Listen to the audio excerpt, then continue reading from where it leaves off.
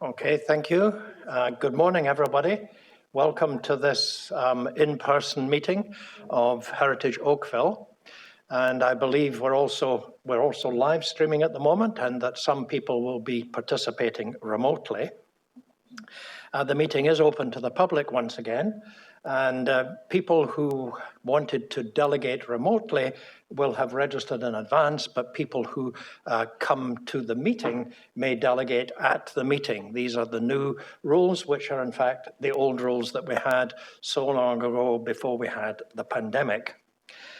We have 6 registered delegations today, but there may be others. The agenda materials are available at oakville.ca under Town Hall Agendas and Minutes for anyone at home who wants to see what it is we're dealing with. We have 6 discussion items and 2 information items on the agenda today. And I would remind everybody that we are an advisory committee, that we make recommendations to council. And the council will in fact deal with our recommendations on Tuesday, October the 11th at 6:30 p.m. And if you wish to delegate at that meeting, you're encouraged to advise the Clerk's Department in advance. So, next item on our agenda is regrets. Do we have any regrets, Madam Secretary? Mr. Chairman, regrets are received from Jerry Tino and George Gordon. Okay. George, I think, is recovering well. He had his eye surgery that has been long on the agenda for him, but he seems to be doing well. Okay, so we have a quorum. Are there any declarations of pecuniary interest with respect to any item before the committee today? No, there are none. Okay, the next item is the confirmation of the minutes of our previous meeting, which have been circulated. Are there any comments on these? Thank you, Councillor Duddick. A motion to adopt the minutes as circulated. Any further discussion? Anyone opposed to that motion? The motion is carried. Thank you. Okay, our first discussion item this morning is an application with respect to 408 Trafalgar Road, the construction of a new addition.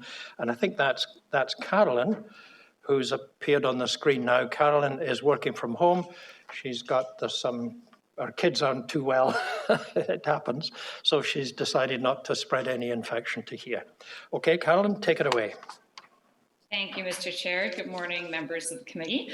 I believe Sue is going to be my Vanna White this morning, I think. So I'll wait for the presentation to pop up. So 408 Trafalgar Road, this is our first heritage permit to discuss this morning. I'll go to the next slide. It's located in the Trafalgar Road Heritage Conservation District on the west side of Trafalgar Road, on the north end of the district. Next, please. Again, it's designated as part of the Trafalgar Road District, and it contains a circa 1948 colonial revival style house. There have been alterations to the home over the years, which were outlined in the report. The current application is to construct a new addition, a portion of which is 1 story at the front, and the other portion is 1.5 story to meet the existing house. Next slide, please. So I'll go through a couple of photos. Again, this is the view from the southeast along Trafalgar Road. The original house is the 1.5 story portion, and the 1 story portion to the north. It has been added to over the years. The northerly portion, 1 story section, was originally a garage, and it was changed into living space. And there was an addition of the garage to the south in later years, as well as dormers on the original house and some alterations to the rear. Next slide, please. And this is a view just further up on the street. So the new addition where it's going to be taking place is behind the stone wall that you see, a 1 story portion there, and a 1.5 story portion right on that 1 story section that you can see to match the rest of the 1.5 story section of the house there. Next slide. Here's just a couple of photos showing the house from the rear. I'll get into the elevation drawings to show where those changes will be. Next slide. Another view from the rear. Next. and one more. And again, a lot of those sections were added over the years. So this is the site plan, again, a rather large property, but of course it includes the bank going down to 16 Mile Creek. So while it's a large property, there's obviously not a lot of space to build and add additional space, especially considering the concerns of the the Conservation Authority rather. They need to be able to build up or towards the front of the property, towards Trafalgar Road. So that's why they proposed to add this addition where they have. You can see it outlined in the larger X within the rectangle, the larger section being the 1.5 story and the smaller hatched portion being the 1 story. Next slide, please. And here's a roof plan showing where the addition will be added on. Next. And here's an elevation view from the front. So you can see that the 1.5 story roof line has been extended with 2 dormers to match the existing house. On the 1 story addition on the bottom, they are proposing 2 French doors. These won't be seen. The stone wall that exists there today will be actually retained. So this isn't a change that's going to be readily seen from the street, but it will provide them a small amenity space in the front of their property. As you can see, the rest of the house remains the same. Next slide.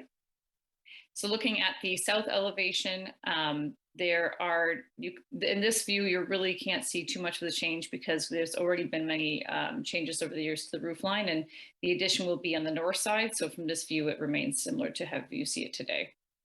Next. And to the rear now, you can see in this section with the shingled portion there, that's the new addition that's being added on. Again, in terms of materials and design, they're really trying to continue the existing design and character of the building and keep the materials so that it matches what's there today. Next slide. This is from the north. So again, this is where you would see more of the changes. And they have proposed to keep the existing roof lines, so a low slope towards the front, a steeper slope towards the front and a low slope that's truncated at the rear to keep it in line with what's there now.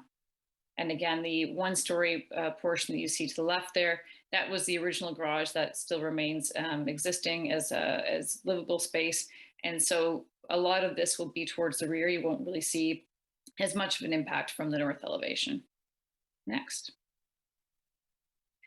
So in terms of assessing it, we look at the Trafalgar Road District Plan.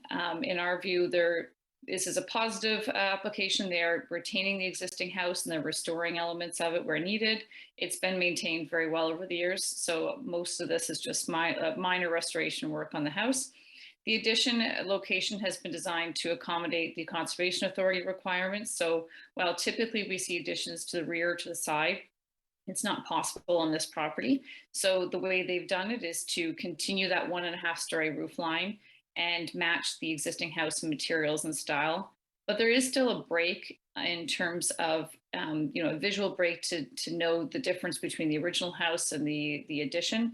They have changed the elevation where the 1 story portion is a bit by providing those French doors and making a little bit of change. So you will always still be able to see where that addition was added on.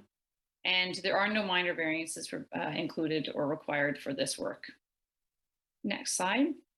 So staff are recommending that the application be approved, subject to the following: that final details on the windows, doors, and cladding material be submitted to staff for final approval.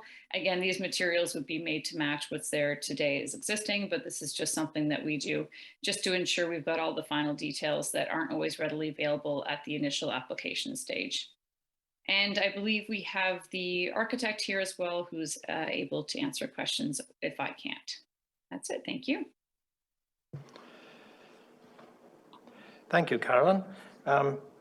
It's good to see there are no minor variances required, and it's good that we kind of resolved this issue of the size of the lot, because I remember that seemed to have changed halfway through an application that we had before us some months ago that caused some confusion. But I'm glad we've resolved that issue. Just one quick question. There is a wall, a decorative wall on the Trafalgar Road side, of course, and maybe I'm not reading the drawings properly. Do you know if that wall is staying or if it's coming down? Yes, through you, Mr. Chair, it is to be retained. As far as I can see, it is shown on the site plan. and I believe it's in the same location. And perhaps the architect can clarify that, but from those plans, it is still it's still there. I'm just not 100% sure if it's possibly being moved, but I do think it's in the similar location as to where it stands today. Okay, thanks, Carolyn. Any questions of Carolyn? Now, you're going to have to wave even more than you did before because this is such a large piece of real estate. Hi, do you wish to speak, Councillor Giddings? No. Okay, so there are no questions at this stage of Carolyn. So there is a representative of the applicant. Are they physically here or are you bringing them in, Madam Clerk?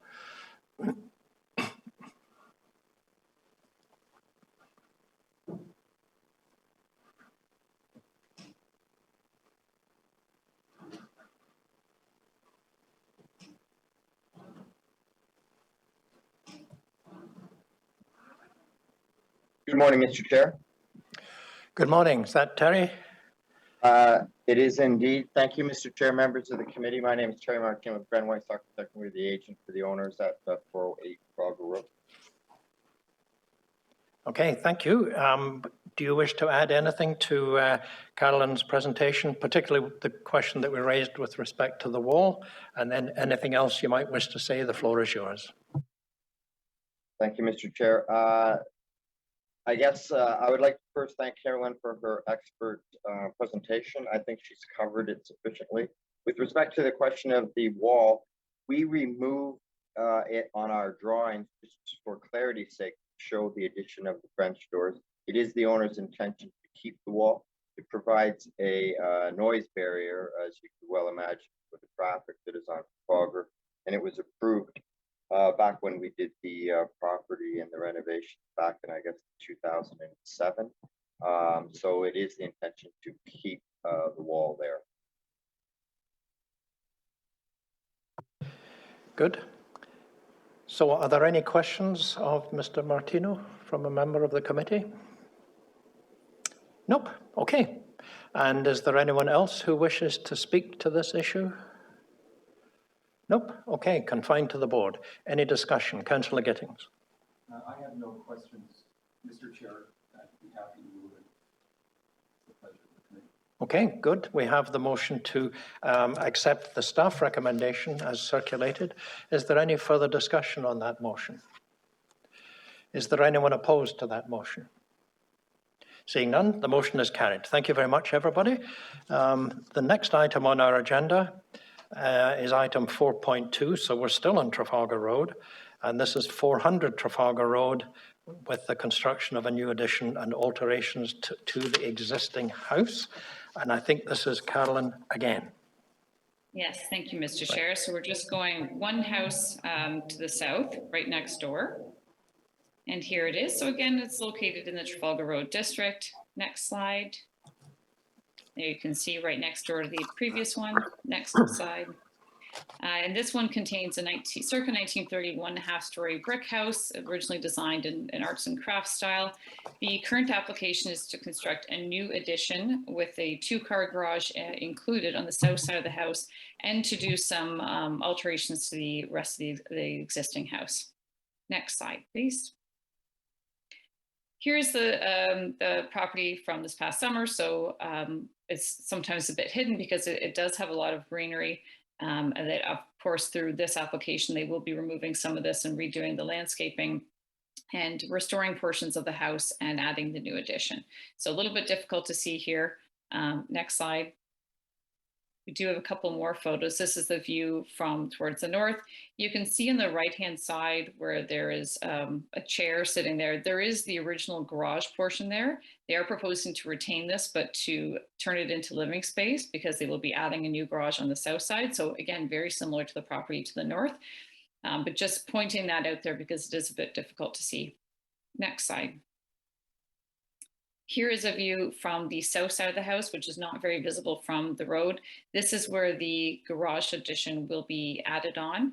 And I'll just point out here in this bay window, there are some of the remaining leaded glass windows. So staff has recommended in the staff recommendation that these be salvaged, made available for use because they are some of the earlier windows on the property.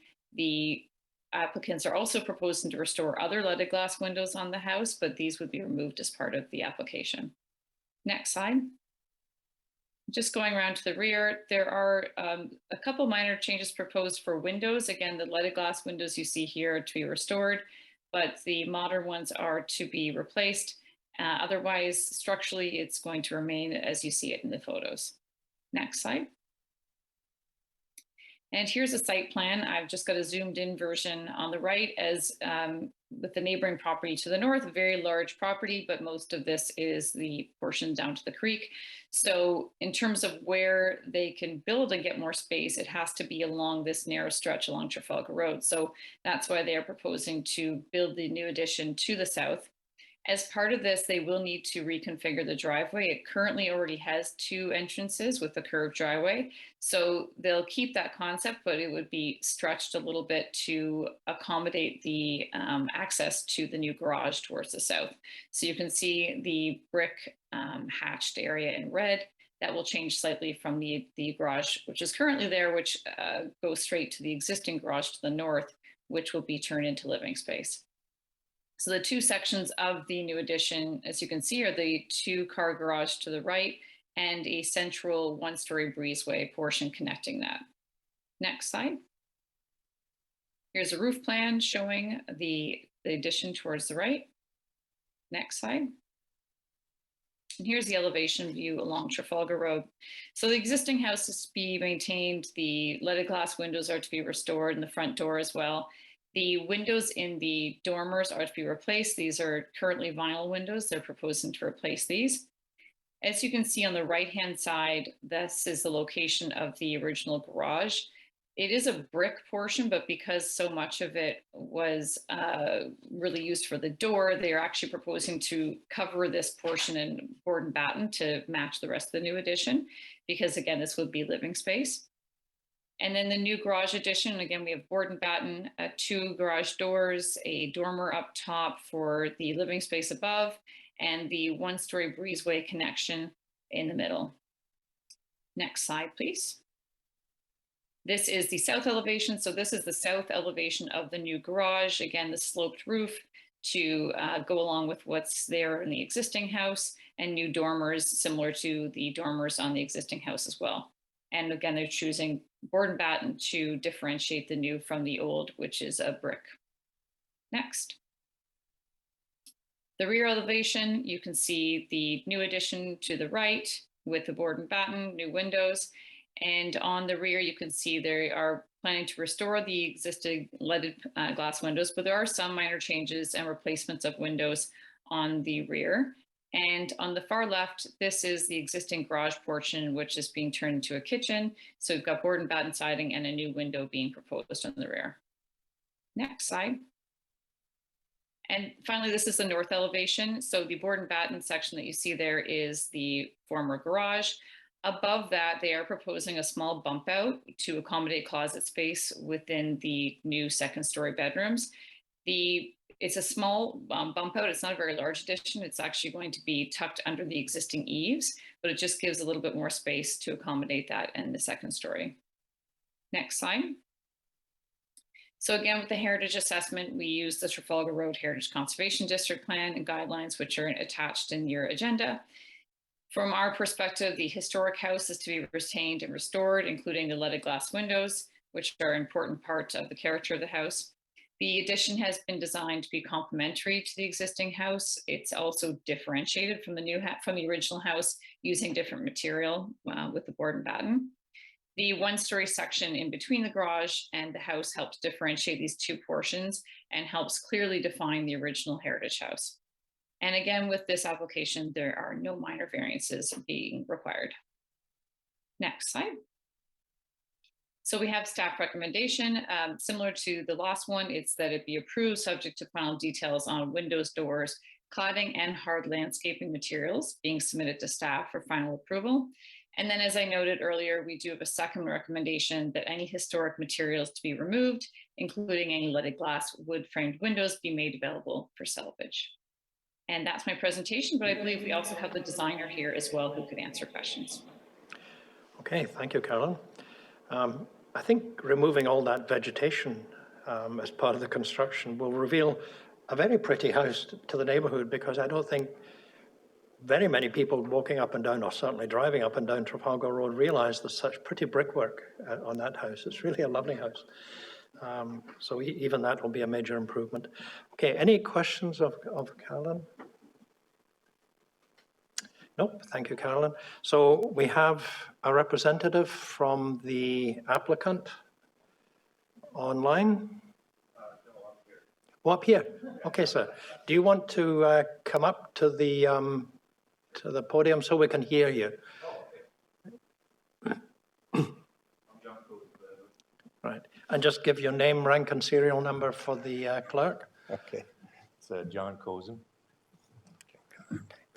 Good. Is there anything you wish to add to Alan's presentation? No, I think Carolyn explained everything quite nicely. I think doing everything in our power to retain as much as we can in the front.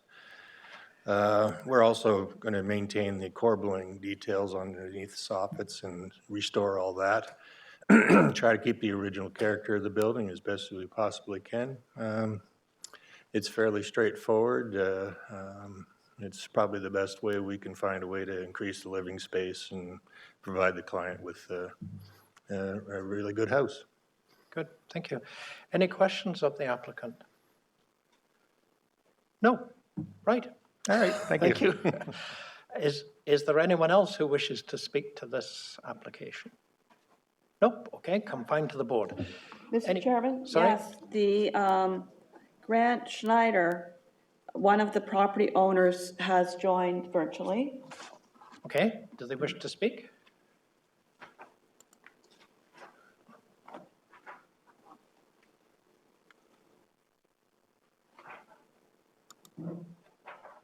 Okay, Mr. Schneider,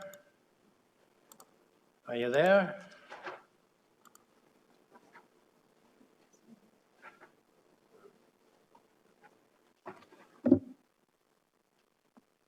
Is he connected, Madam Clerk?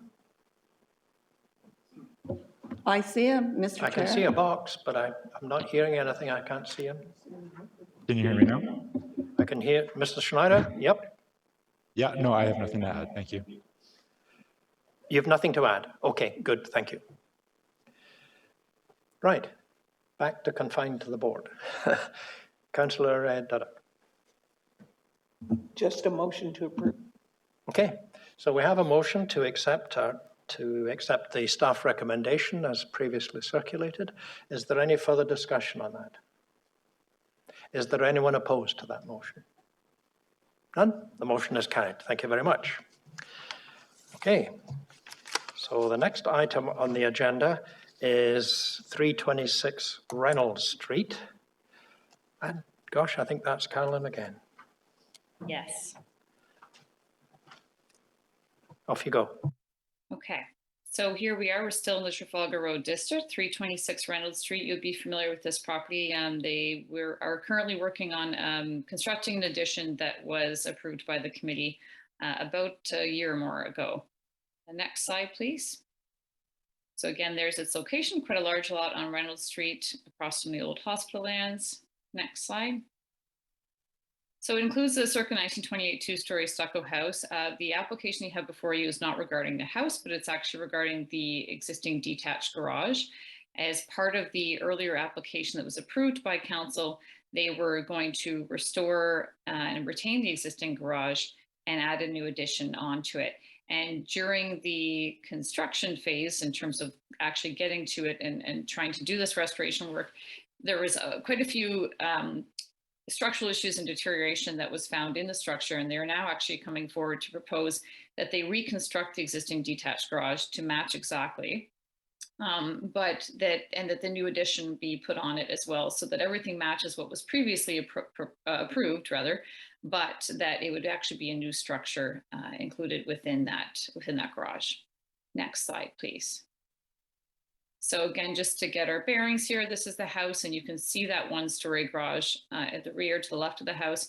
We don't have an exact age in the garage. It may have been built after the house, but it still was built within the same design of the house. So it was considered to be a structure that did have character and that contributed to the district.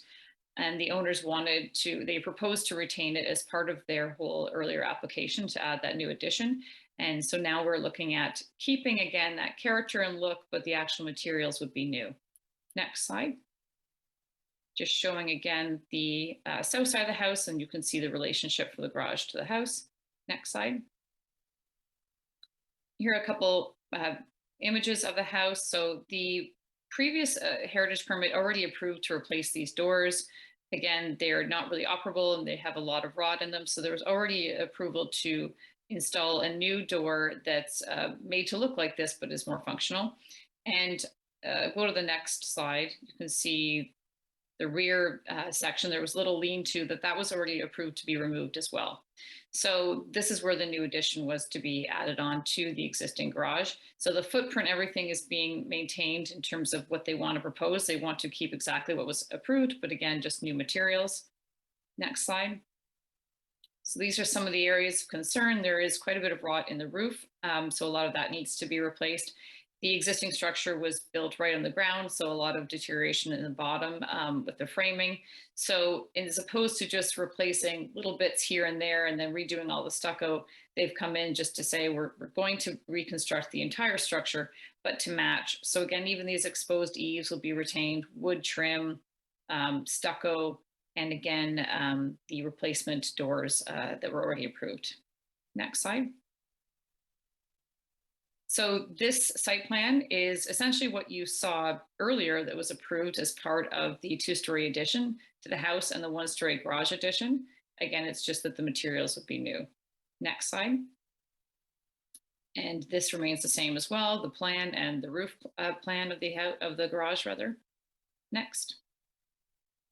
And the elevations as well. So the existing stucco house or garage would be maintained as a reconstructed as a stucco structure, and the new addition, which of course would just all be built at the same time, it will be clad in wood siding as previously approved to still keep that look of the original with the new added.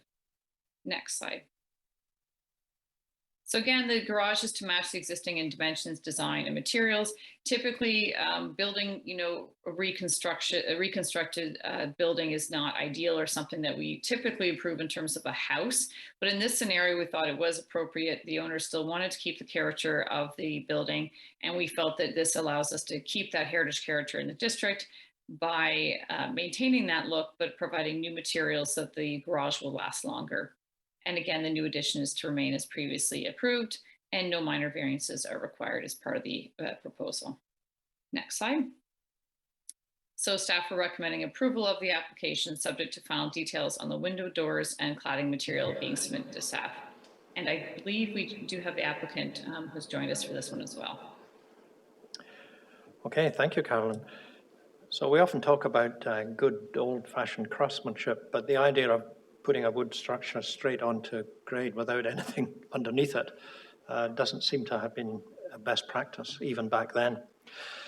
So what you're essentially telling us is that this building is rotting in place, and there's not enough salvageable material to replace simply the footings.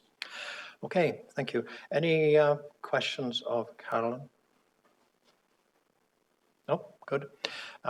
Yes. Councillor Gittings. Thank you, Mr. Chair.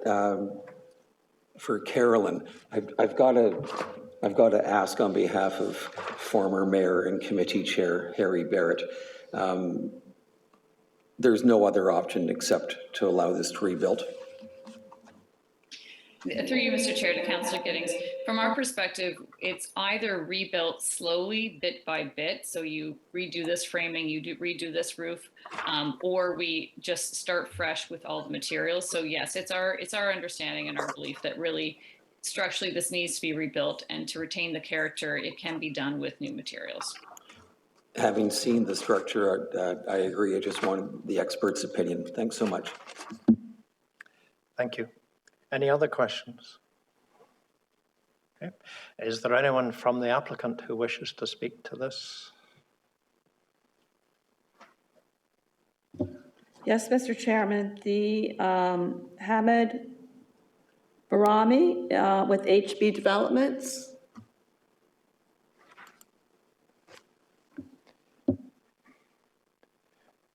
Good morning, Mr. Hamid, Chair. I can see your box has appeared. I can hear you. You hear me as well? Yes. Is there anything you Good wish morning, to? Mr. Chair and committee members. As Carolyn thoroughly explained that we already went through the heritage approval, and then the construction of the house is underway. So I got a lot of complaints through the homeowners and the builders that, I mean, the reconstruction or the addition part of the garage is actually kind of not feasible for them. And then we had a few meetings on site. Caroline made it to the site. We did a through inspection through it. So we came up with the idea of just reconstructing the whole thing with called totally brand new material, properly done footing and foundation and a slab. That way, the look of it and the final product would match exactly what we had originally. So that's why we're here. Caroline made a very nice explanation. If there's any question, I'm happy to answer that. Okay, thank you. Any questions of the applicant? No, no questions. Thank you very much, Ahmed. Are there any others who wish to speak to this? No? Okay, good. Confined to the board. If there are no further questions, I'd be happy to move the staff recommendation. Thank you, Councillor Gittings. Okay, we have a motion to accept the staff recommendation. Any further discussion on that motion? Is there anyone opposed to that motion? No, the motion is carried. Thank you very much. Thank you. Right, so moving on to the next item, which is 4.4, which is changes to the rear addition at 68 to 70 Navy Street. Now I'm going to just pause us here for a moment, if I may. It came as a bit of a surprise to me that having gone through a difficult process with this house, I mean, not just its design's fine, but we had the structural issues to deal with.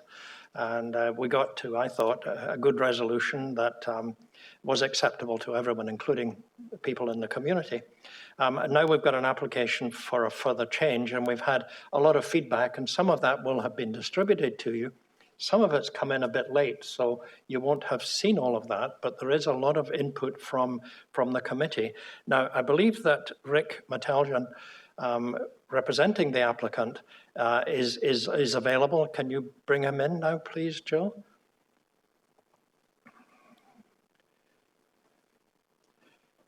So, Rick, are you in? Yes, good morning. Yes, good morning, Rick.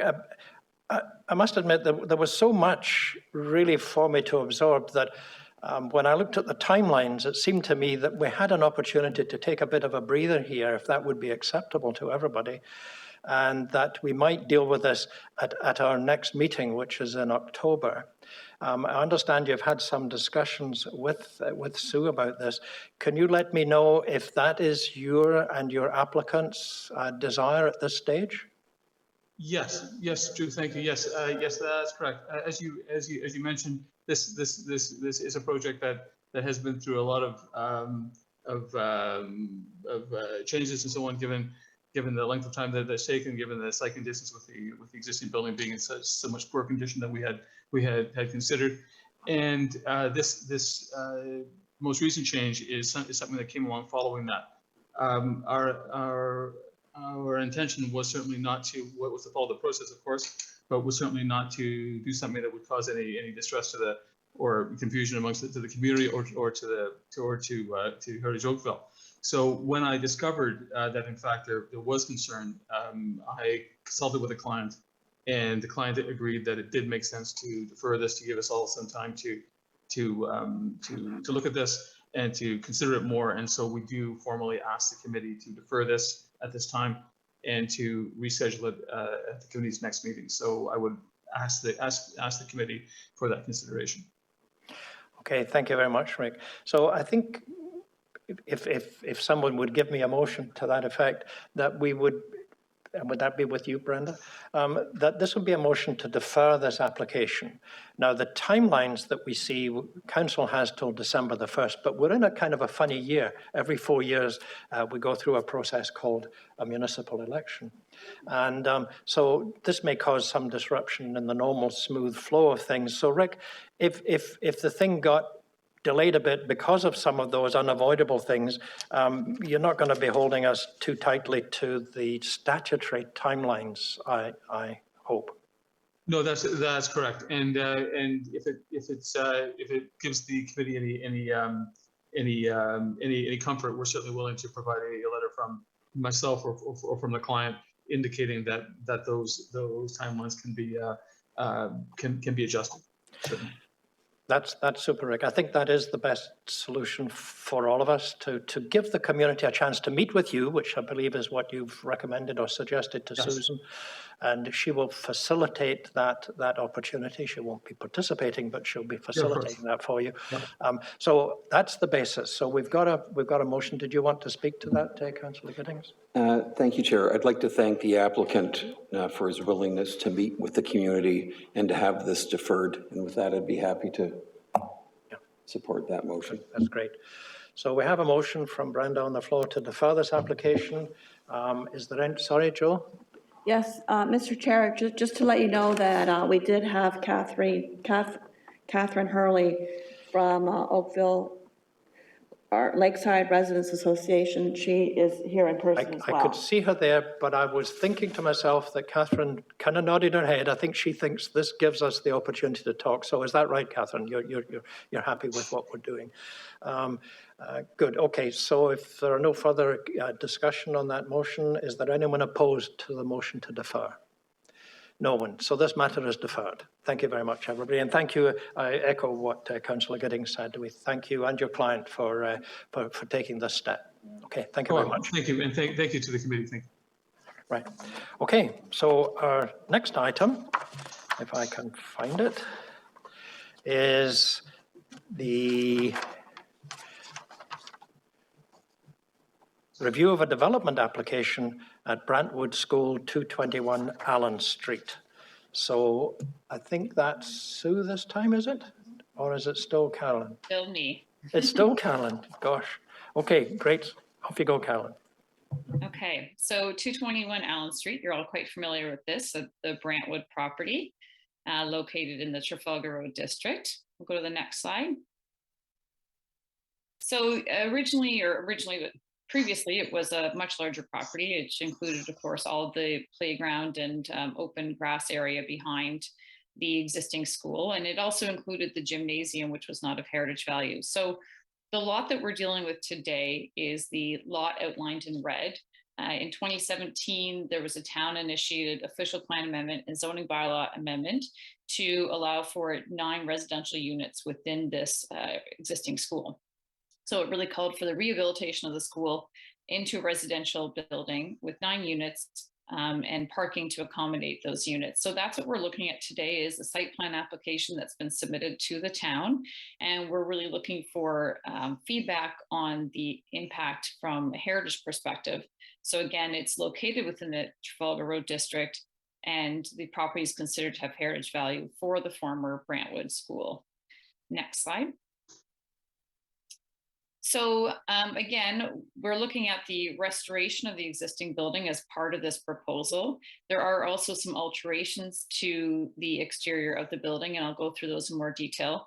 And there are also alterations to the existing landscaping to turn it from a school into a residential building. And in terms of process, this is the first view you're having of the proposal. It's a site plan approval that's required as part of the purchase and sale agreement for the property. So this has come into the planning department. This is a chance for the Heritage Committee to have comment on the application. There may be changes required by planning and zoning for this proposal, but as you see today is what we're looking at as was submitted.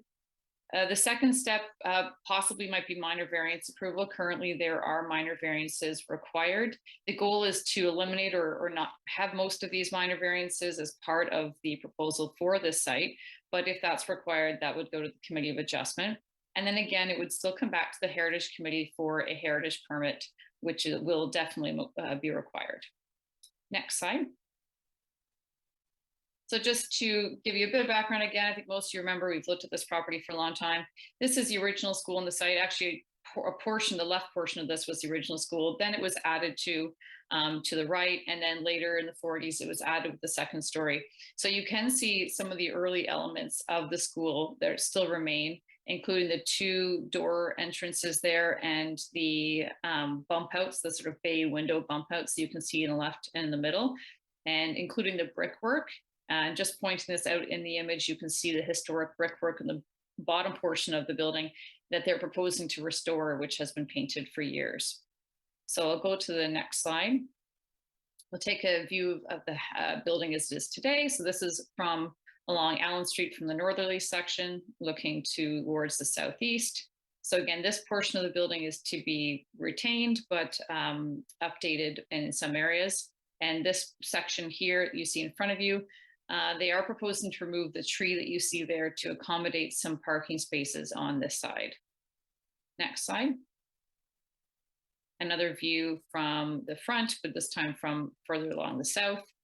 Again, they are looking at retaining the 2 entrances, but this landscaping will be altered with some hard landscaping put in here in the center to allow for just amenity space for the owners of the properties. Next slide. Just showing the one of the heritage elements, which is the entrances with the original doors and transom window and the stone surround. Again, this is proposed to be retained, but they are proposing to replace the doors with new doors to match exactly as you see them today. They are also proposing to do sort of an arbor entrance over this door on both sections to provide a little bit of an overhang for property owners when they're entering the building. Next slide. The stucco that you see is to be restored and replaced where necessary. The stone banding along the building will also be maintained. This is one of the other heritage attributes. The heritage attributes really are the relationship of the building with the street, the 2 entrances and the door surround, the stucco cladding with the limestone banding, and the brick along the bottom. So that's what's being proposed to be retained. The other portion of that is the bands of windows on the front. So these are also being retained, but the windows themselves would actually be replaced, as these were modern school windows put in, and they are looking to do windows that have more of a historic look to them. On the right-hand side here, on the south side of the building, that 1-story bump out, they are proposing a 2nd story over top of that to gain a bit more space there and some changes to the fenestration. Next slide. Just a closer view of that section. Next slide. And this is the rear, so that you can see, obviously, this is the playground area and the gymnasium, all of that to be removed. Some of it's already been removed. The remaining will be removed. And this back section that you can see is really an L-shaped building. So the applicants are proposing to fill in this L-shaped, so this back section that you can see here, where the basketball court is. That would be built in to accommodate space, provide space for those new residential units, as well as parking below. Next slide. Here's the site plan, a little bit difficult to read. We'll go to the next slide, actually. It's the landscape plan, which is a little bit clearer. So you can see the gray portion there is the existing building, except for on the left, that top little section that's popping up. This is what they're proposing to keep, and then obviously that larger section being filled in the top left-hand corner. That would be all of the new structure with terraces and parking to accommodate the new owners for their amenity space and parking space. There will be changes to the landscaping. The existing driveway that you see on the right will be maintained, but updated with some soft landscaping and different parking spaces. So there is parking towards the front along Allen Street on the right hand, and on the left-hand side, as you can see, there's visitor parking where that tree is to be removed.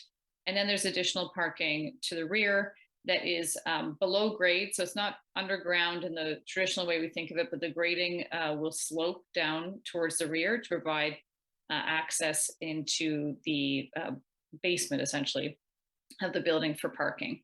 And then again, you can see the hardscaped area in the front and new plantings to just spruce up the landscaping of the property in general, and new trees added along the periphery. Next slide. This is taken from the Heritage Impact Assessment, which is included in your report. So the Heritage Impact Assessment assesses the proposed design and looks at the heritage attributes that were already identified in previous reports to make sure that what they're proposing is in keeping with the character of the building. So this kind of clearly outlines the changes from the top, which is existing, in the middle, which is proposed. They've shown there in blue the two sections of bay windows in the far left and the far right, where they're going to be adding a bay window structure on the right that doesn't exist, and on the left, they would be adding a second story to the existing one. The two entrances would be remaining, again, with new overhangs and with the replacement of the doors. The bottom image I've provided, because this is a more recent drawing, the one change in this drawing you'll see is that above each of the two entrances, they've added one set of double windows. And so those new windows would be new to match, but they're keeping within that same horizontal band of windows. And it just provides more light, obviously, for the new units inside. Next slide. This is looking at the rear. So again, much of what you see in the rear of the existing building would be gone because it would be made internal with the new addition of the back. So this whole section in blue is going to be added. And on the left, there's also, where it's not blue, there are also terraces there that are being proposed. So again, you have two-story residential units and the below-grade parking in the bottom. Next slide. Looking on the north elevation, this is the view that you don't really see as much from the street. It's a very simple elevation right now, and they are proposing to change the fenestration where those orange windows are in the top left. That will change to what you see in the top right. And again, you can see the second story bay window that's been added towards the front of the building, and the new addition out back in blue with the terraces. And on the south elevation, again, where you can see where I showed earlier in a photo, there is a one-story bump out. They'll be adding a second story to that. And they'll be adding the two-story bay along the front, and a lot of glazing going in on this elevation along with the new addition and the terraces out back. Next slide. So here's a rendering. This rendering doesn't include the windows, the new windows proposed above the existing doorways, but you can see, they're trying to retain that heritage character of the building, including the bay windows, adding the bay windows or extending the bay windows, which are part of the character of the building that you can see in the center. You can see the brick work that's being proposed to be restored, and then the stucco and stone being kept throughout the building with new windows and the two overhangs over the two front doors. And then again, of course, the landscaping would be revised as well. Next slide, please. So currently there are a few minor variances. There might be changes required to remove these. Just for the committee's benefit to understand what they are. The one is for the projection of a balcony beyond a main wall. It's 4.3 meters, whereas only 1.5 meters is permitted. So the balconies are too deep for the zoning bylaw. The second is the encroachment of uncovered platforms higher than 0.6 meters into the rear yard. This is very technical, but it's 6.43 meters, whereas only 1.5 meters is permitted. So again, this is to do with balconies and terraces. The next two are regarding parking spaces. So in terms of parking widths and the setback from the building. So currently there are some parking spots that are right next to the building, and they actually need to be 1.8 meters away from the building. So it would require some changes to some of the landscaping that you see here. And the front yard setback, this is the existing setback was what is supposed to be maintained. But with the addition of the overhangs over the front two entrances, this creates a requirement for a minor variance. Next slide. So the staff recommendation today is just that the application be received. I'm here to just take notes on whatever the committee has in terms of their thoughts of the proposal and its impact on the cultural heritage value of this building, but also of the Heritage Conservation District. So I'd be happy to answer any questions and take those comments down. Thank you, Carolyn. And I'm right in thinking that when this is actually finalized, it'll come back here for a heritage approval. That's correct. Thank you, Mr. Chair, for just for clarifying that. So typically, if there are minor changes to the site plan, we wouldn't come back to the Heritage Committee with a change, with a revised site plan. We would just come back to the Heritage permit. If there are extensive changes required through the site plan process from the planning department, we would possibly come back to the committee for more comments, but typically we just come back for the Heritage permit. And that's when we can get all those final details on the type of window, the texture of the stucco, all those sorts of things. Happy to get those comments today anyway, yeah. But we can take any comments that we have on the application, but you will be getting it back at a later date. And I should also note that we do, I believe, have Bill Hicks here available to speak to this as well. Okay, thank you. Yeah, just to be clear, we're looking at the site plan right now, and there's comments wanted back in for that. And yeah, I'll get you, Kathy. And but the building itself will be coming back to us as a heritage application when all of these other issues are finalized. I would just comment that there's a lovely picture on page 126 of the school, and it was a postcard. And it's so pretty, I could see it being a postcard. I must say that the building, as it's currently amended prior to all of the work now going on, it doesn't merit a postcard. It's not really an attractive building. And but I think exposing the brick and emphasizing the banding, I think is going to make it look a lot more attractive than it does right now. And again, the back end, the east end, you remember on Douglas, there are building lots there. The town has arranged for building lots there. So there won't be housing all the way along there. So the only people who are ever going to see that back end will be the people who buy the houses on Douglas. Anyway, so Kathy, did you want to give us some input, and anybody else, just wave your hand and I'll get Thank you. Okay, through you, Mr. Chair. I've noted that on the renditions, the drawings, the Brantwood school sign, which was etched in stone, is being removed. Is there an opportunity whereby signage can be incorporated maybe on the wall that's on the amenity space out front, the lower one that you've got in front of the units, that something could be there with the date of Brantwood School? Because right now there's nothing that really indicates the history associated with the property. So if there's some way they can come back with something to incorporate signage so that people know that it was a school at one time, and there's been effort made to retain the historical component. Thank you. Good, yes. I think that would be appropriate. Carrie. Through you, Mr. Chair, I just had a question for Carolyn. You said that the southwest corner, that they would replace those doors. I just had a question. Are those the original, and why are they proposing to replace them if they are original?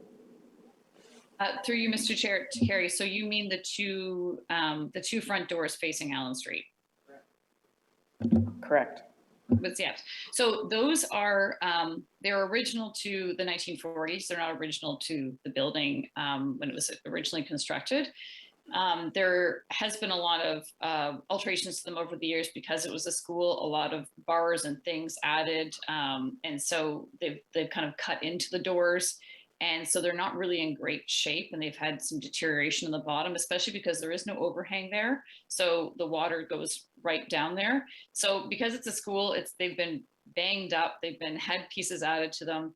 And again, they're not, they are older, but they're not original to the building. They are original, of course, to this era, I believe, so 1940s, I believe. But the idea was to replace them with new wood doors to keep the exact look, but basically just replicas of the new versions that are a little stronger and in better condition. And I'm guessing the barrier-free access to the building will be to the rear, not to the front. Yes, correct. Yes. Okay. Okay. Any other questions, Councillor Gittings? Thank you. Through you, Chair.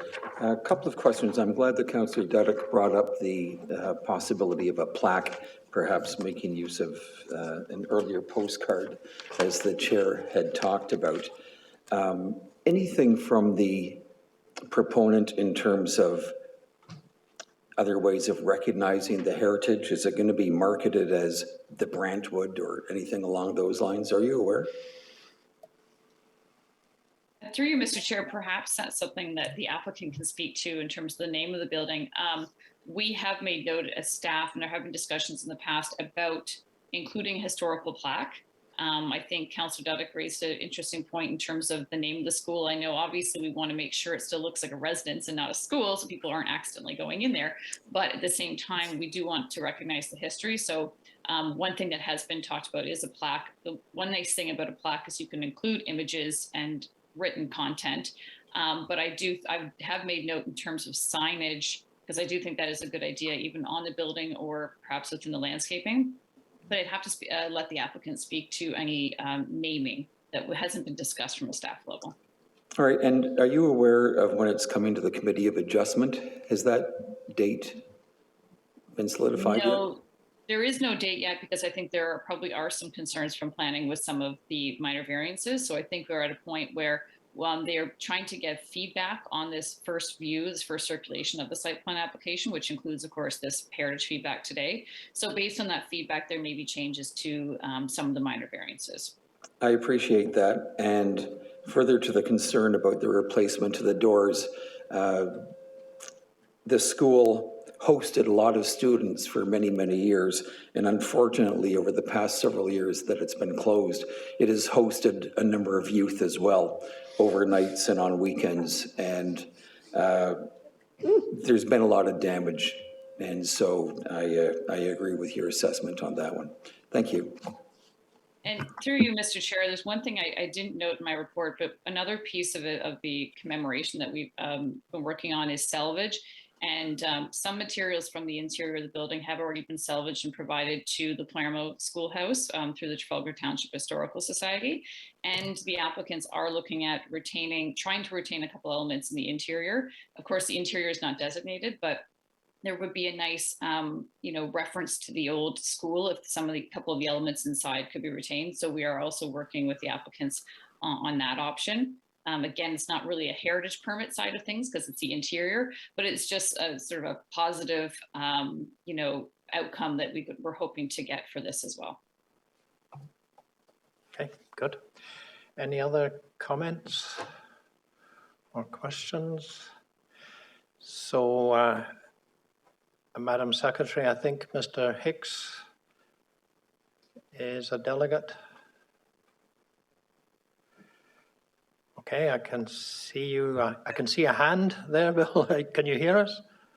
I can hear you. Good. And were you able to hear the earlier Yes. discussion? Good. Okay. So is Yes, there I anything have. that you wish to add and to tell us? Yeah, thank you very much, Mr. Chair and members of the committee. I will respond on a couple of things. The Brantwood School, the idea of a sign, still under discussion in terms of what the name of the development would be, but we've certainly addressed that with them as well. I think you'll find that at least that some portion of that name will be part of the condominium's name. We are doing some salvage. The southwest doors, really no choice but to replace them, because when you do this type of conversion from a school to a condo, you have to meet the new Terrian standards for water penetration, and those won't meet any of those standards. So we will rebuild doors that certainly look exactly like what was supposed to be there, and we'll look at what the original doors look like in the earlier version and see if we can do something like that. So barrier-free access is from the back. The variances that were listed by Carolyn, I think 3 of those are removed already in terms of our amendments to the site plan that we've been making on an ongoing basis. The ones with regards to the terrace, we're still having discussions with them. One of them is a technical one.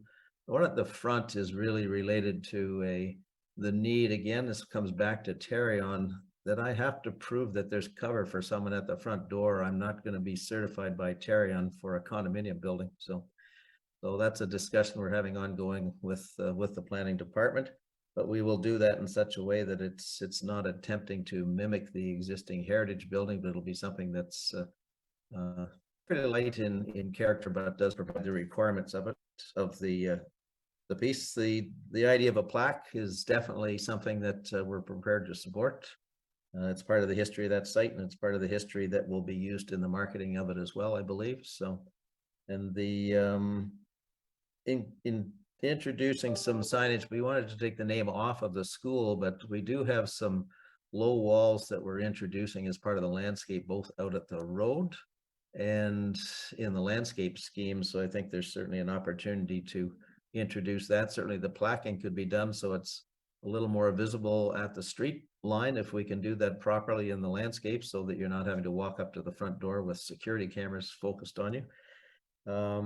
And otherwise, I think the changes that we've been making, and I thank you for working with us, Carolyn, on that. I think they and I agree with your comment that it was a very pretty building in its first initial views with the sort of arts and crafts sort of roof styling, etc. So we're trying to add back a little character onto the front, and that's why we got rid of that half round window that was introduced on the south side. I'm not quite sure where that came from, but that's why we're trying to mimic the details of the bays that are on the other side, which we think ultimately is going to make it a much more attractive portion of the building. As far as the restoration and getting into those details, the building has proven to be quite a challenge. It's structurally in very poor shape inside, doesn't meet any of the current standards for structural. So pretty much rebuilding the entire structure inside, unfortunately, but including building up the insulation values and everything else. But it means no change to the outside, and the restoration of the brick is something that I think will help it certainly. And while we didn't want to remove the tree at the front, we do have to provide parking. We have to provide 2 fire means of access to the site as well, because the building is split in half with 2 units on one side and 2 units on the other side on both floors, plus a lower level unit. So we have 2 main entrances to the building, which we think certainly suits the building character, and that's the way it was originally designed. And it means the need for parking on both sides of the building as well, and a fire truck access route.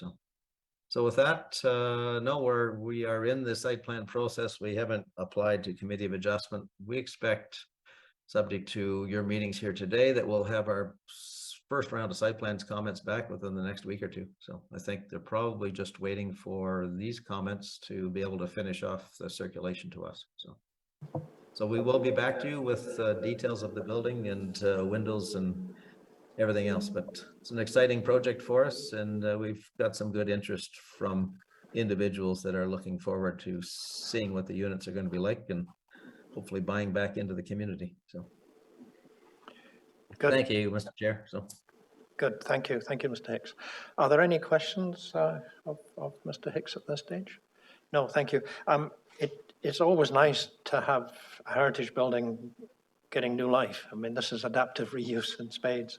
I just wish we could find something for OT that would be anywhere close to being as good and valuable as this proposal. Okay, so the motion simply is that we receive the recommendation. Carolyn has taken note of the comments, and as have Mr. Hicks, and I'm sure Mr. Bigger for the planning group. So if somebody would give me that motion to receive that, Kerry, good, thank you very much. So we have a motion to receive the report. Anyone opposed to that motion? No, thank you. The motion is carried. Thank you very much, and thank you, Mr. Hicks. thank you very much, members. So this is a sad bit that we've got now, an issue that we have to deal with here, because it was such a good news story where we thought we were going to be able to completely renovate a heritage building with lots of historical attributes. But in fact, now what we've got is a notice of intention to demolish at 3017 Old Bronte Road. And this time it is Sue? Still me. Sorry, it's still Mr. you. I Chair, thought you're Sue was stuck doing with this. me Why today. did I think that? Anyway, she's disappeared, so it's got to be you, Carolyn. Thank you. It's got to be me either way. Yes, thank you, Mr. Chair. So not a fun way to end our committee meeting today, but you are all should be familiar with this one. It was just designated this summer by council, and it was formerly the parsonage for the Palermo United Church. And I'll go through a little bit of the history again, just to remind you. I'll go to the next slide. just to show its location. So again, it's in the Palermo Village area, and council had directed staff to look at the remaining listed heritage properties within Palermo to look at designation. And this was one of the few remaining listed properties there. So the staff went forward with assessing the property and determined that it did meet the requirements for designation under the Heritage Act, and with support of the owner, we were able to get that designation this past year. Next slide. Just a couple historic photographs of the house. Again, what we learned from this this property and doing these assessments and doing the history is that it was a rear at the beginning. At the rear was a early 19th century, 1815 or so, or a mortise and tenon, rather, timber frame structure that was originally facing Dundas, and it was added to with this structure that you see here in front, the Gothic Revival style house. And we think through these reports that it wasn't even a Gothic Revival house at the time when it was added. It was a 1.5-story structure that was moved from elsewhere and added on to the 1800s portion, early 1800s portion, which then became the rear kitchen. And then at a later date, maybe 20, 30 years later, or perhaps at the time of relocation, this 1840s, 1850s house was built up into the Gothic Revival style house that you see in these images. And the rear portion was also built up to accommodate a second floor. So a lot of changes to this house over the years, and digging into the building, we were able to get more of this unique history. Unfortunately, we are now looking at the applicants proposing demolition for a few reasons. We'll go to the next slide. So again, heritage value for the early 19th century settler's cabin and the later additions, which were changed into a Gothic Revival style home. The property owner, after the designation, initiated restoration work. They put on a new roof, and they were getting ready to apply for grants in the new year for restoration of the house. And they began removing the non-historic concrete porch and sidewalks that were around the house, poured at probably the mid-20th or late 20th century. So that removal was great to kind of get into the house and see what type of work needed to be done to restore the house. And at this time, it was found that there really was no proper foundation. When the house was moved there, it was not put on a new full complete basement or foundation even. The sill plates and the timber beams were quite deteriorated because they were actually right on the ground in many cases. So some areas, they were completely missing sections. And you had, rather than a full foundation, you had a collection of lake stone and field stones with no mortar even remaining in most areas. So again, the building was really just sinking and sinking. And as it sank, most of the materials began to deteriorate and even disappear. So there was significant rot in the wall and the framing, again, from more water infiltration. The other unfortunate thing about this house is that the grading over the years was built up on the north and the east side, so that water was essentially just running down into the bottom of the house, which had no proper foundation, so it was just hitting all of the wood framing. So looking at this, the structural assessment concluded that much of the framing would need to be replaced, the cladding as well. The cladding was a bit of a mix anyway, because there was the cladding, we believe, from the 1840s and then changed in the 1870s Gothic Revival changes, as well as the infill brick that was added on at a later date. The next slide, please. So the structural assessment was completed by a company that does do work with heritage buildings, as well as with the heritage contractor who's been working on the house. So they do have an understanding of how houses are built. I have been on site multiple times on this one to look at it. Once they were able to get the concrete sidewalks around and the patios and get them away, you could really see what you were left with. The bottom left-hand corner is the front corner of the house. These stones were not removed for the image. This is just how they really found it. Just a few stones piled there, and the house was essentially hanging over. The top right-hand corner, you can see the difference in terms of the height of the floors. The house is sloped significantly, which we've always known, and that happens with heritage buildings and can be corrected. But typically it can be corrected because the framing itself is in good enough condition and strong enough that you can actually manipulate the building a little bit. And in this case, the heritage contractor and the structural assessment company believed that you wouldn't be able to actually lift this building up and put it onto a new foundation because the structure itself is not strong enough or is missing in many areas, that you wouldn't actually be able to lift the building up. It would just collapse. And they are in fear of it collapsing in areas just because now that a lot of that concrete was taken out, that was what was essentially holding the building up in some areas. So very, very unfortunate. As you can see, not great condition that the house is in. We'll go to the next slide. So the structural assessment made the following recommendations. They recommend the building be deconstructed because as it stands, it really can't be lifted or repaired as is. You'd have to basically reconstruct it. They recommend that perimeter safety fence be installed to make sure that no one's getting in there. They have had vandalism in the past. They want to make sure that no one's getting into the building as it is unsafe. And they recommend that it be documented through photography and surveyed so that we have a good like archival reference for what was there today. Staff have agreed with this given the circumstances. Again, we don't take this lightly. We look into all this information in quite a bit of detail. As you know, over the years, we've had very, very few staff supported recommendations for demolition of a Part 4 building. It's very, very rare. In fact, I'm not even sure I can actually think of one other than I know we had one listed one that basically burned down. So there was essentially not much left.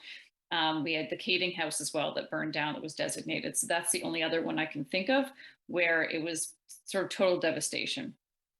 So staff are recommending, and we've outlined this in the report, but this is the sort of Cole's Notes version. We recommend that the building be photo documented. So photographed through, as you see today, and through the dismantling of the building so we can have a good idea of the construction of the house and have more information for its history. Secondly, we recommend that the materials, historic materials, be salvaged, those that are intact. Obviously, some were rotten and you can't be salvaged. We would like to see those materials salvaged and properly stored and safe storage.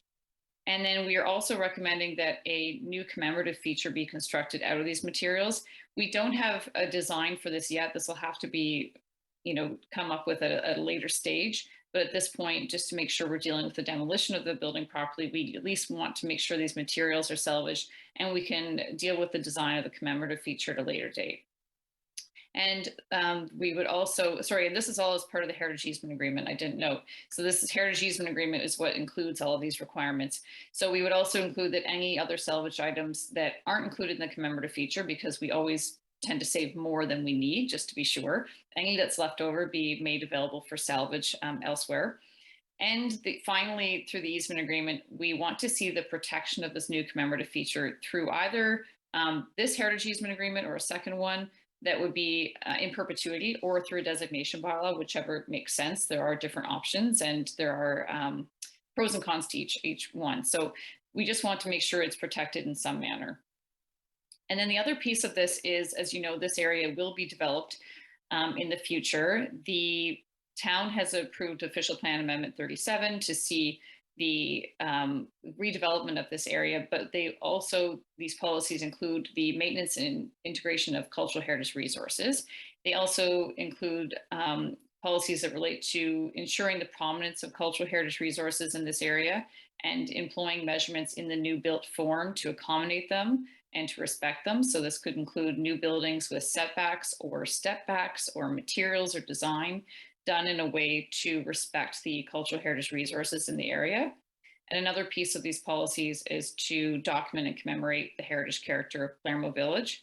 So the reason I'm noting all of this is that when it comes to a time for the site to be redeveloped, which again, we're not there yet because the policies have not all been approved for this area, but when they are in place and the owners can propose the development on the site, they would also need to meet these policies to retain the cultural heritage resources and to consider them in when they're doing their new development.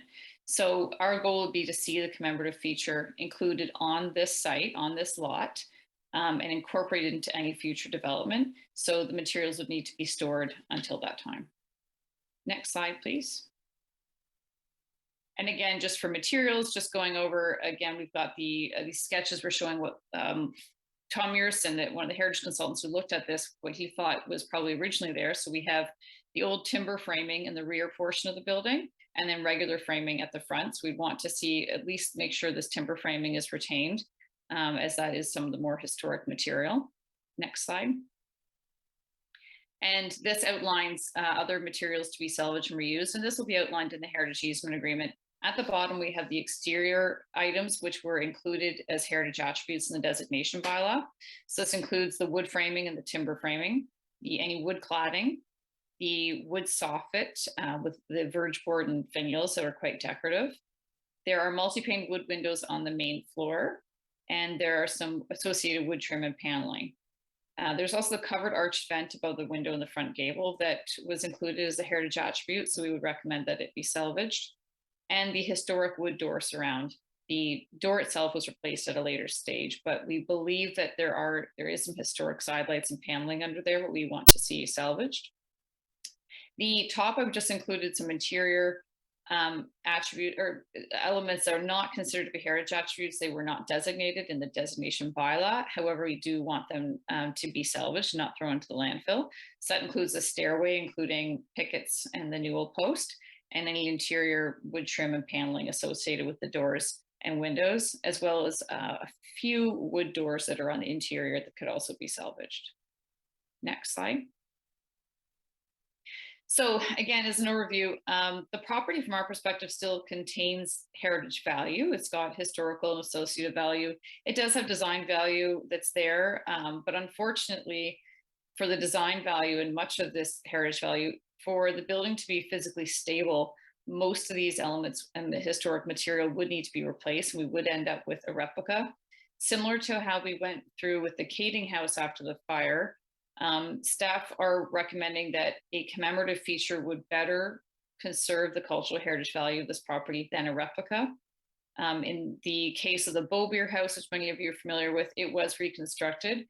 That one we think is different because we consider that to be different because the brick work itself, all the brick was taken down one by one, rebuilt. So the building that you see there today is the original brickwork. So when you're looking at it, it does appear to be the original brick building. In this case, because of the wood and the deterioration, almost all the material would need to be new, and it would need to be a replica. And so we believe that it'd be better served to have the conservation of the cultural heritage value through a commemorative feature. And again, this can be done through the commemorative feature, through photo documentation, through any sort of interpretive devices, such as a plaque, or there's a lot of other ways of doing it with technology today to share the history of the building within Palermo Village. And as well, in terms of the contextual value, the design of the new development can speak to the contextual value of this property in Palermo Village at a later stage when we get to there. Owner is supportive of staff's recommendations. Again, they have been working with us from the beginning for the designation and restoration of the property. And I believe they're here as well today to be able to answer any questions. Next slide, please. So this is the full recommendation. The first one is that council issue a notice of intention to repeal the designation bylaw. Again, this isn't something we do lightly, but in this case, we are recommending that the designation bylaw be repealed so that essentially the property would be de-designated. Secondly, that the owner and the town enter into a heritage easement agreement to salvage and store materials to be used in a new commemorative feature. Thirdly, that the easement agreement be executed prior to the issuance of a notice of intention to repeal the bylaw and prior to the demolition permit being issued. So just making sure this easement agreement is in place before the de-designation or demolition approval occurs. And the last one is that the new commemorative feature be protected in perpetuity through either a heritage easement agreement or through a designation bylaw. So I'm happy to answer questions. And again, I believe we have the owner as well as the heritage contractor who are joining us today to answer questions as well. Thank you, Carolyn. I think there's a biblical reference to building on a sure foundation. Don't build your tower on sand or something, because this is the second time we're seeing the loss of a building because the foundations were inadequate. And I guess, too, when you do inspections and engineers do them, they often give you the caveat that we didn't tear up floors or open up walls to see it, because in this case, you'd have to lift floors or pull away the driveway to see level of deterioration in the footings. And yes, it's sad to see that, really sad to see that. And I guess, I think you did tell me before that you'd spoken to the Palermo Historical Society about it, and that they're just as sad as we are, but recognize the inevitability of what has to happen here. And it's a shame they put the new roof on, isn't it? Okay, any questions, Kathy? Thank you, through you, Mr. Chair. Thank you very much for the report, Carolyn, and for the emphasis on future development and incorporating the heritage components going forward, more or less. What kind of, what shall I say, comfort do we have going forward that we're not going to end up with just a brick wall saying this used to be the manse? In other words, I know you can't hamstring development going forward, but is it going to be similar to what we faced further along Highway 5 when we had a proposal for a storage facility and the house was being diminished as a result and it really didn't fit? So I'd appreciate hearing a bit about what effort will be taken going forward. Yes, through you, Mr. Chair, to Councillor Duddick. I think in that case, the storage facility you gave as an example, the policies weren't in place yet, and they still currently aren't in place. So I think one of the challenges there, and again, that was premature because we do need to make sure these policies are in place.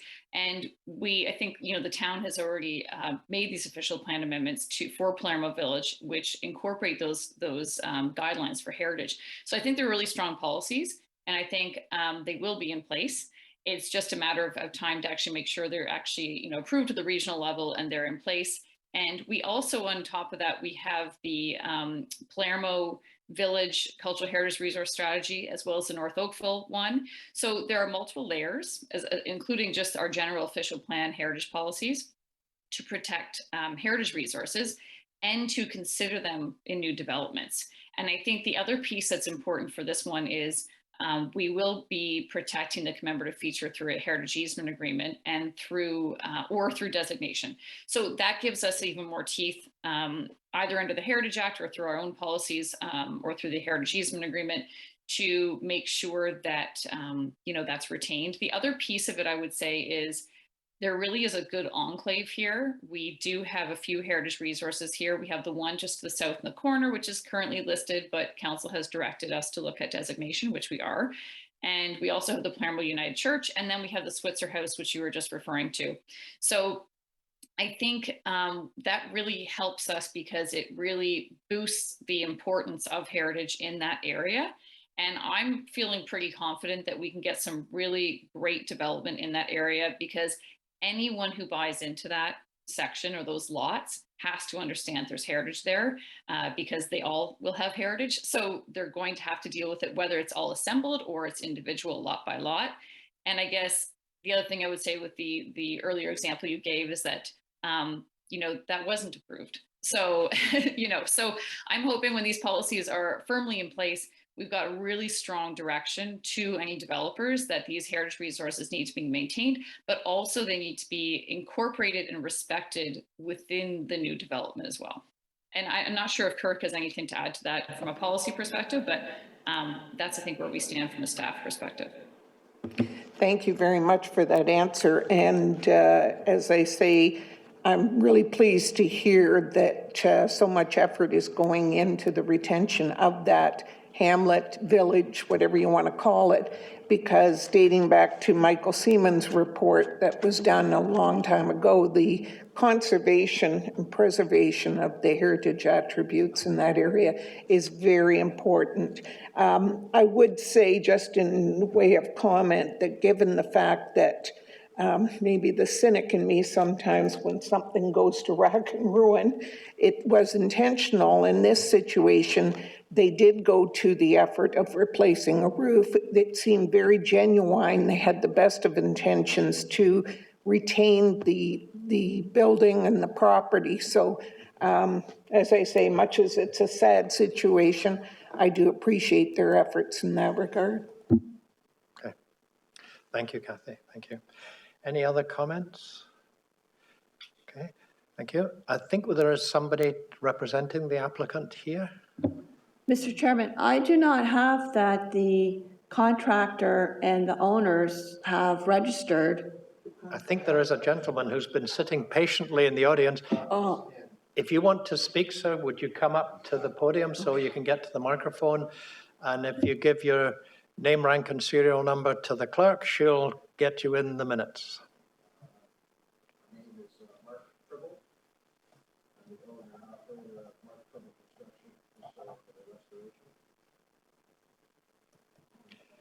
T-R-I-B-B-L-E. I think we have a letter from you in our package. Madam Clerk, you get all that information from there. There is a letter, I'm pretty sure. Got a letter from you.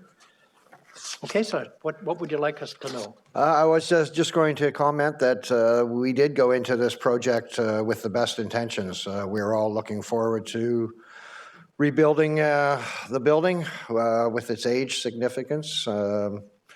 I was quite excited about it, and I know Shelley was as well. It was not a pleasing day when we removed all this facade, I guess you could call it, that had kind of camouflaged the deterioration of the building. I've been in business for 45 years. I've restored a lot of decayed buildings where you can get access and get under. This one is, well, it's beyond my ability, that's for sure. And it is unfortunate. I'm passionate about historical buildings. I'm interested in to be part of the salvaging aspect of it. The engineer report did show, however, that with some of the timbers, the integrity of the hand-hewn lumber at the rear of the house, the older section, it's pretty punky. So we'll have to check to see which ones are usable and not usable structurally, but they could be used as a facade or a decorative or resawn perhaps. But yeah, it'd be interesting to see how it comes apart. And I do have a connection with a fella in Acton, Alan, that salvages historical buildings piece by piece, brick by brick. And I'm going to reach out to him to see if he wants to take part with us on this project to salvage it and just put it aside. I will have to figure out how to accommodate it and protect it, I guess, and then hopefully reutilize it in something fabulous somewhere down the road. So I don't know what the long-term plan is for the development of the property, but I think the idea is to save the new structure to be on that property, that actual 3017. So I'm looking forward to that day. Could be a little while off, but we'll get the salvage underway and then take it from there, I guess. Yeah, I think we all share that sense of loss. And I guess job one right now is to make the building secure, because the engineer is saying you can't let anybody in there. That place No, is just not safe. it's in rough shape, unfortunately. It was a pretty building in its day, but Oh, yeah, yeah. unfortunately. Okay, thank you very much. Any questions of the delegate? So thank you very much for your input. Okay, thank you. Thank you. It doesn't actually make us feel any better, but it does make us feel as if that's the right thing that's being done. Okay, any further comments or discussion? Well, what we're asked to do is the staff has given us a recommendation in 4 parts. Is there anyone going to propose that motion? Thank you, Councillor Duddock. And so the motion is before you. Any further comment on that? Anyone opposed to the motion? So the motion is carried. Thank you very much. Okay, we have 2 information items. 5.1 is the Heritage Conservation District update, and this definitely is Sue. So if you could just give us a couple of points on that, Sue, that would be helpful. Thank you, Mr. Chair. Just a couple of very quick points. In September, we had the opportunity to meet with members of the Lakeside Residents Association, the Oakville Historical Society, and several other community representatives to really start discussing parts of the study and the inventory for all of the properties. It's a very positive and productive meeting that we had in September. And next week, we are actually on site doing a walk of the district with members of the Lakeside Residents Association, as well as town staff, consultants, and some of our esteemed counselors, and we look forward to that. And that's it for the update. Thank you. Okay, good. Thank you for that. And I guess the work that you're doing, I mean, we've had a few interesting things happening in that district over the last wee while. They will be informing the design of the district plan, I'm sure. Okay, and then delegated heritage permits, these were attached as usual. If you have any questions of staff regarding any of those, you should take the opportunity, since Sue's here, to ask her any questions about any of these delegated things. Can I have a motion to receive the information items, please? I think, Russ, thank you. Motion to receive. Any discussion? Any opposed? That motion is carried. So our next meeting is on October the 18th. I will be coming back. Sorry, Madam Secretary. I can't hear you. Oh, sorry, go ahead, and then I'll just add what I had. Okay.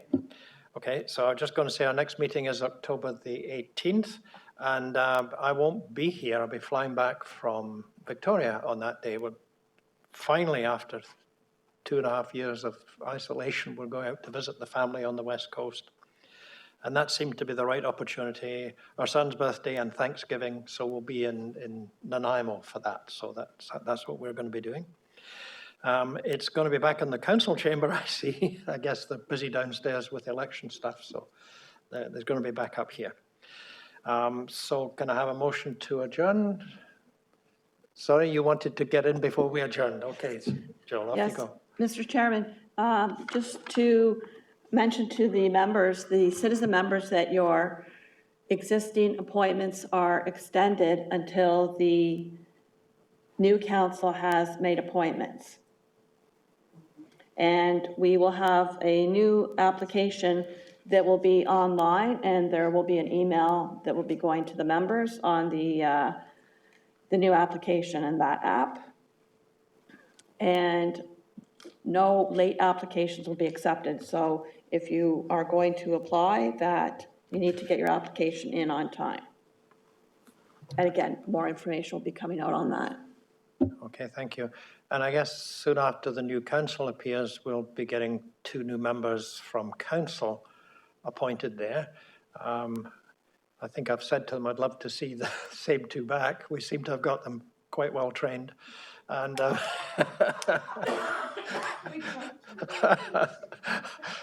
so that's just a heads up. Some of us are way past our best before date on the application process, but this has been a really good group. It is a really good group. And as many of you as are able and who wish to reapply for an appointment under the new council, I think that would be greatly to the town's advantage. So we got a motion to adjourn, and we got that from Russ. And no one's opposed to that, so the meeting is now adjourned. Thank you very much again, everybody, for the gift of your time. It's been a difficult meeting, a lot of hurdles to overcome, but you all rose to the occasion. Thank you very much indeed.